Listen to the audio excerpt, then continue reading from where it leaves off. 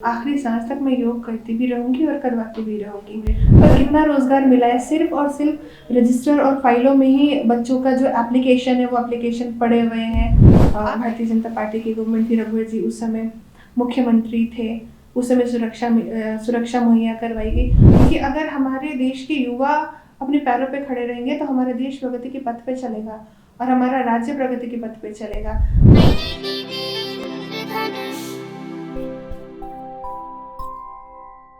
भाजपा के प्रदेश अध्यक्ष बाबूलाल मरांडी ने हाल ही में प्रदेश संगठन की नई सूची जारी की है। उसमें से एक नाम है राफिया नाज। झारखंड की राजधानी रांची की रहने वाली राफिया नाज एक जानी मानी और चर्चित योगा शिक्षिका है। आज हमारे साथ राफिया नाज मौजूद है। तो सबसे पहले हम आपसे जानना चाहेंगे कि आपका योगा से पॉलिटिक्स में आने का आपने कब डिसीजन लिया और कैसे सोचा आपने इसके बारे में? कि योग से मेरी मित्रता तो बचपन में ही हो गई थी और एक कहा जाए तो योग बचपन से मेरा मित्र है और अभी भी योग मेरा मित्र है और आखिरी सांस तक मैं योग करती भी रहूंगी और करवाती भी रहूंगी।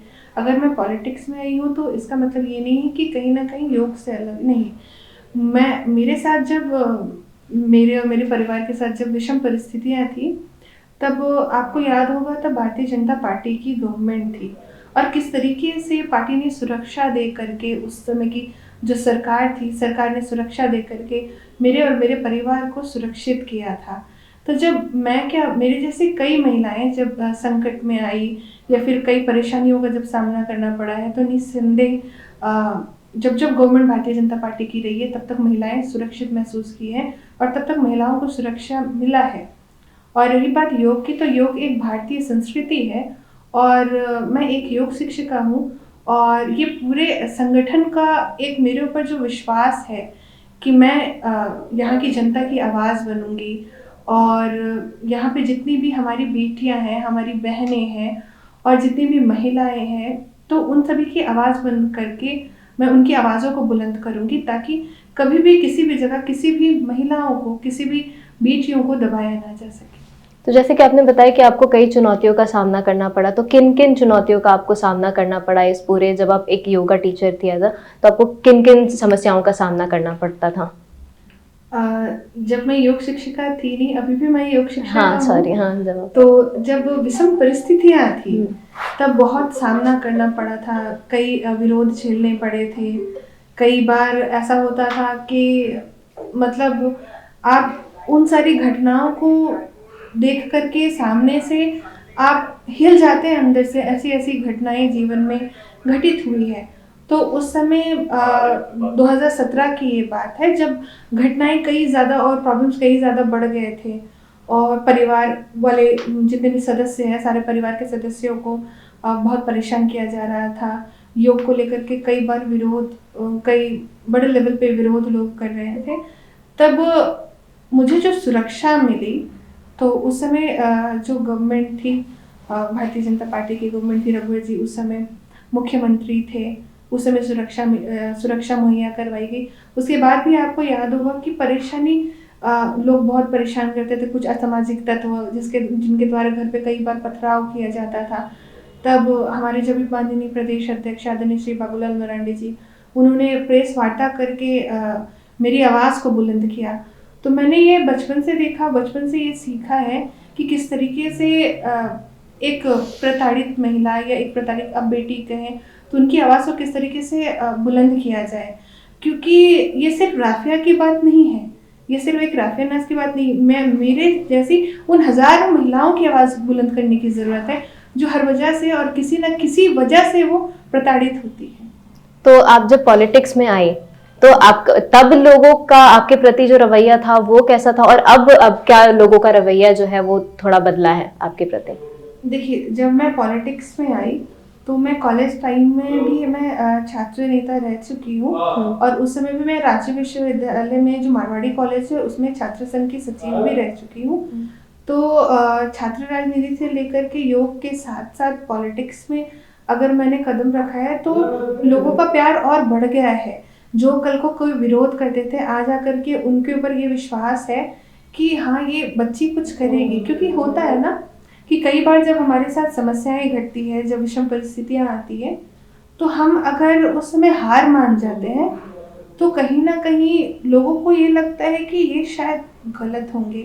तो मैं आपके चैनल के माध्यम से ये अपील करना चाहूँगी उन हज़ारों बेटियों से कि ज़िंदगी में कभी भी किधर भी अगर विषम परिस्थितियाँ हैं, आप अडिग रहें, क्योंकि अगर आप सच्चे हैं तो आपको कोई नहीं हिला सकता।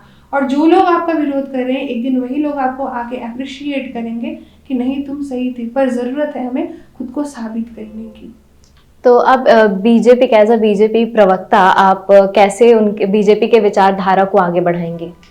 एज अ बीजेपी प्रवक्ता, जैसे आप जानते हैं कि भारतीय जनता पार्टी का जो हमारा मूल मंत्र है, जो हम सिद्धांत पे चलते हैं, वो भारतीयता के सिद्धांत पे चलते हैं। तो उसी तरीके से जो हमारा इंडियन कल्चर हेरिटेज है योग, वो भारतीय संस्कृति सभ्यता को और प्रचार और प्रसार करने के साथ साथ उन सारी महिलाओं की आवाज़ को बुलंद करूंगी जो कहीं ना कहीं किसी न किसी वजह से प्रताड़ित हो रही हैं। आप देख रहे होंगे कि किस तरीके से युवाओं की हालत हो चुकी है, वो रोजगार के लिए दर बदर भटक रहे हैं। अनाथ बच्चों को आप जाकर के देखेंगे, एक वक्त का सही से खाना नहीं मिल रहा। अगर चाहते ही राज्य सरकार, तो क्या उनको इतनी वाला खाना अरेंज नहीं करवा सकती है क्या? आप देखेंगे कि किस तरीके से राज्य सरकार के पास फाइलें जा करके पड़ी हुई है। आप खुद देख रहे होंगे आज का इंसिडेंट, अगर हम खेल और खिलाड़ियों की बात करें तो जयपाल सिंह मुंडा जी के हाथ से किस तरीके से उनकी जो उनका स्टैचू है उसमें से किस तरीके से हॉकी खींच करके ले जाया गया। हाँ, आप अगर बात करेंगे महिलाओं की तो कितनी सारी महिलाओं के साथ अभी अन्याय हो रहा है। तो इन सारी आवाज़ों को बुलंद करूंगी, क्योंकि जब तक हम बोलेंगे नहीं, संविधान ने हमें बोलने का अधिकार दिया है, तो जब तक हम बोलेंगे नहीं सच सामने नहीं आएगा। इस मंच के थ्रू मैं लोगों की आवाज़ को बुलंद कर सकती हूँ, अपनी पार्टी की विचारधारा को लोगों तक ले जाकर के पहुँचा सकती हूँ। जो हमारे आदरणीय प्रधानमंत्री जी किस तरीके से आप देखेंगे कि रोज़ाना वो नई नई योजनाओं के तहत गरीबों का भला कर रहे हैं, किस तरीके से उनको आवाज़ दे रहे हैं, कपड़ा दे रहे हैं, खाना दे रहे हैं। और मैं खुद को भाग्यशाली समझती हूँ कि मैं भारतीय जनता पार्टी प्रदेश का परिवार का एक हिस्सा हूँ, एक कार्यकर्ता ही के नाते मैं कहूँगी कि मैं बहुत गौरवान्वित महसूस करती हूँ।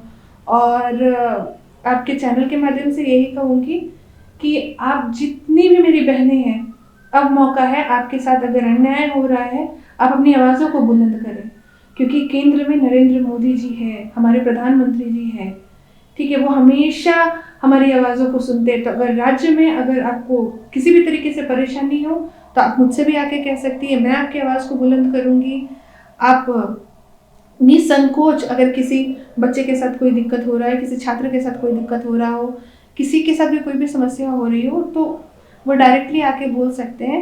Being a spoke person of Bharatiya Janata party, मैं पूरी कोशिश करूँगी कि अपनी पार्टी के ज़रिए उनकी आवाज़ों को बुलंद करके जो हमारी सरकार, राज्य सरकार अभी फ्रीज होकर के पड़ी है, उनको जगाने की। चूंकि आप एक योगा शिक्षिका है तो आप छात्रों से बहुत ज़्यादा आपका मतलब बातचीत होता होगा, आप उनसे बात करते होंगे। यहाँ पर झारखंड में सबसे बड़ा मुद्दा छात्रों का ही है कि वो उनका कहना है कि उन पर ध्यान नहीं दिया जाता, तो बीजेपी उस पर क्या काम करेगी? देखिए, बीजेपी ऑलरेडी काम कर रही है। आप देख रहे होंगे कि रघुवर साहब की जो गवर्नमेंट थी, उस समय कितने लोगों को रोजगार मिला एज कम्पेयर टू हमारी अभी करंट की जो हेमंत सोरेन जी की जो सरकार है उसके कंपैरिजन में।